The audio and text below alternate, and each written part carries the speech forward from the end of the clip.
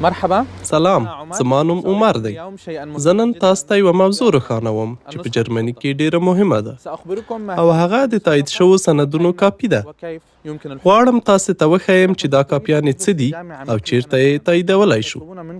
که تاسو هم زما غوندې په پوهنتون کې زده کړه کول غواړئ، هغوی ستاسو د اسنادو کاپي غواړي، خو نه یوه عادي کاپي. د دې لپاره چې ثابته شي اسناد رښتیني دي، یو چا ته اړتیا ده چې تایید یې کړي. خو څوک دا کار کولی شي؟ ښایي کوم رسمي دفتر یې تایید کړي، لکه دا چې ګورئ، خو لګښت یې زیات دی.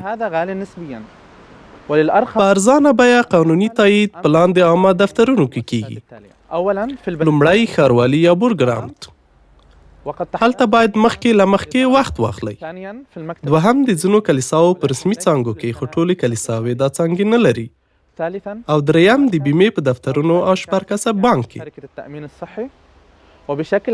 خو په بانکونو او د بیمې په شرکتونو کې تایید شوي سندونه تل د منلو وړ نه وي. زه اوس تایید شوي کاپیانې لرم. کولی شم اصلي اسناد مې وساتم او تایید شوي کاپي له غوښتنلیک سره یو ځای پوهنتون ته ولیږم. تاسو ته بریا غواړم. تر بیا ښه وخت.